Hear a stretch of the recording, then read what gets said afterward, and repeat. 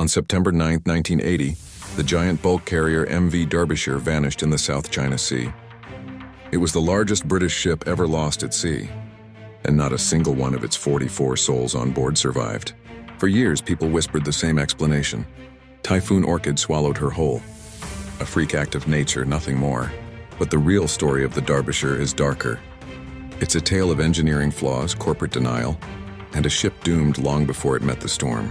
The MV Darbisher was launched in 1976. At 294 meters long and weighing over 91,000 gross tons, she was a monster of the seas. Built at Swan Hunter Shipyard on the River Tyne, she was part of the bridge class of ore bulk oil carriers.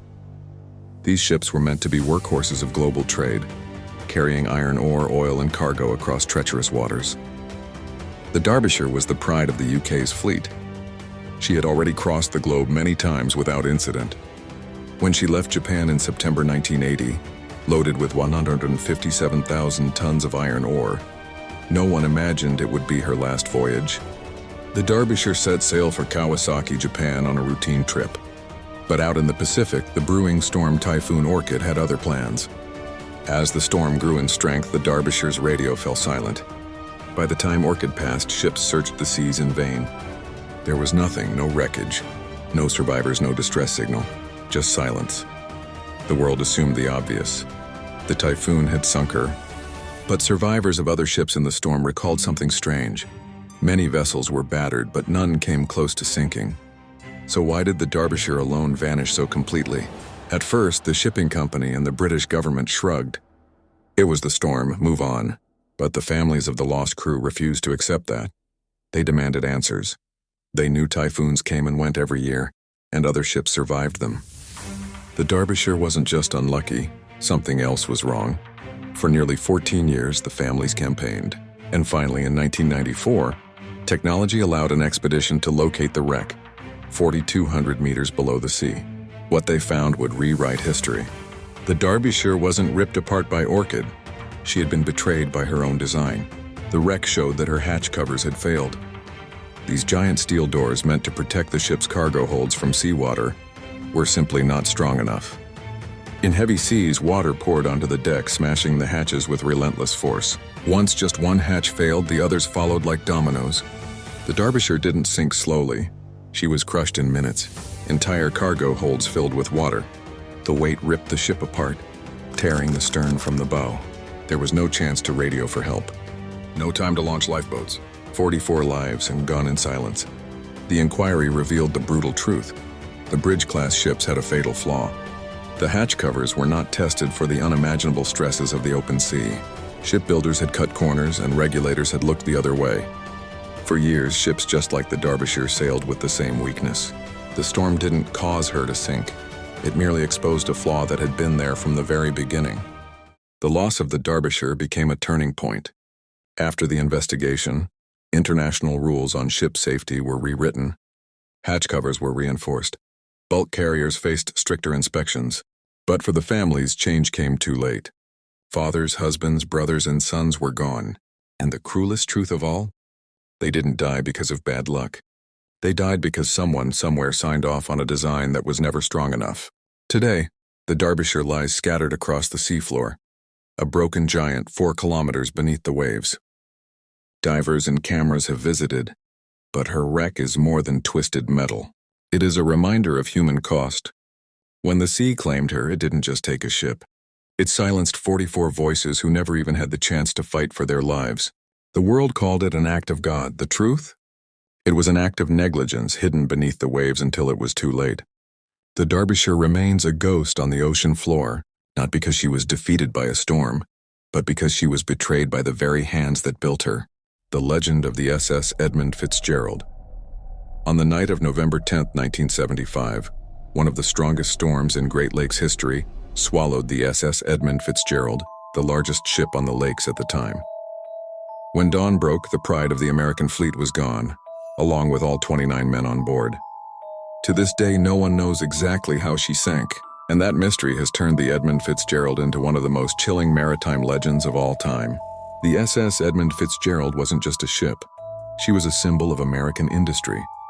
Launched in 1958, she stretched 729 feet long, nearly the length of 3 football fields. For 17 years, she hauled iron ore across the Great Lakes, feeding the steel mills that built cars, skyscrapers, and weapons.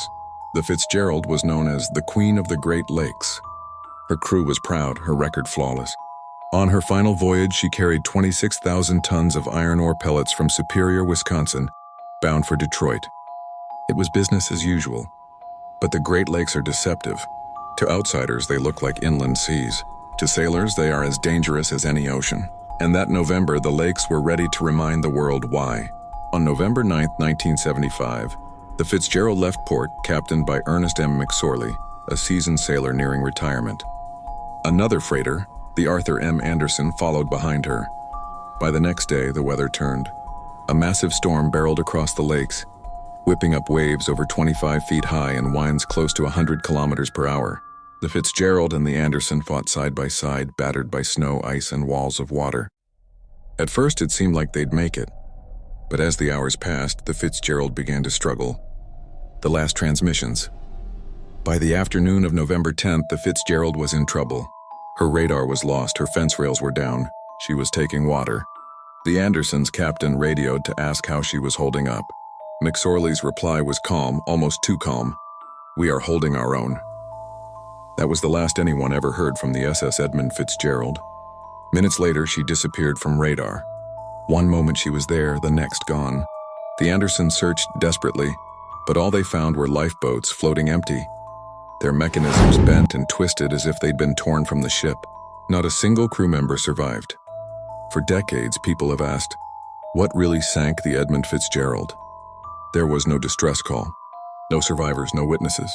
Only wreckage discovered years later, resting in two pieces on the bottom of Lake Superior. Experts have debated three main theories. 1. Rogue wave theory. The Fitzgerald may have been struck by two giant waves back to back known as the Three Sisters. These freak waves can be taller than 30 feet and hit with devastating force. Structural failure. Some believe the Fitzgerald's hull, already stressed by years of heavy cargo, cracked under the storm's pressure. Once water flooded in, she sank like a stone. 3 flooded cargo hatches. The official Coast Guard report pointed to faulty hatch covers. If waves poured onto the deck and into the holds, the weight of water and ore could have dragged the ship under within minutes. Each theory explains pieces of the puzzle, but none fully answers the haunting question. How could such a mighty ship vanish so quickly, without even a cry for help? When news of the sinking spread, it shocked the nation. The Edmund Fitzgerald had a reputation as nearly unsinkable. To lose her in a single night and without a trace of her crew was unthinkable. Families of the 29 men waited for answers, but none came. The wreck was eventually found in 1976, lying in 530 feet of water, broken clean in two. Divers visited, cameras recorded, but the cause remained uncertain. For the families, the lack of closure was devastating. They never got to bury their loved ones. They never knew their final moments. All they had was silence in the cold waters of Lake Superior. A ship turned into a legend. Over time, the Edmund Fitzgerald became more than just a tragedy. She became a legend. The haunting ballad, The Wreck of the Edmund Fitzgerald by Gordon Lightfoot, carried the story around the world. Each November 10th, memorials are held and the ship's bell, recovered from the wreck, is rung 29 times, once for each man who died. But the legend comes with an eerie truth. Lake Superior is a graveyard. Hundreds of ships lie beneath its surface. But none capture the imagination or the terror quite like the Fitzgerald. The Edmund Fitzgerald remains an unsolved riddle because every explanation has cracks. If it was rogue waves, why did no distress call go out? If it was structural failure, why hadn't she shown warning signs before? If it was flooding, why didn't the crew report it sooner? The truth may lie in a combination of all three. A storm of rain, a ship already strained, a sudden cascade of failures that gave the crew no time to act. Whatever the cause, the effect was absolute. In less than a minute, the largest ship on the Great Lakes became its most famous ghost. Today, the SS Edmund Fitzgerald rests silently at the bottom of Lake Superior. Her bow is upright, her stern twisted. Rust covers her steel, but her story is alive. Sailors still whisper about her. Tourists visit her memorials. Divers tread carefully near her wreck, knowing it's more than steel. It's a grave. And every November, when storms sweep across the lakes, people remember the Fitzgerald, not just because she sank, but because she vanished in mystery, leaving behind only questions, legends, and grief. The Great Lakes look calm in summer, but beneath them lies the Queen of the Lakes, forever trapped in her final voyage. A reminder that no matter how mighty our creations, the sea, or in this case the lake, will always have the last word.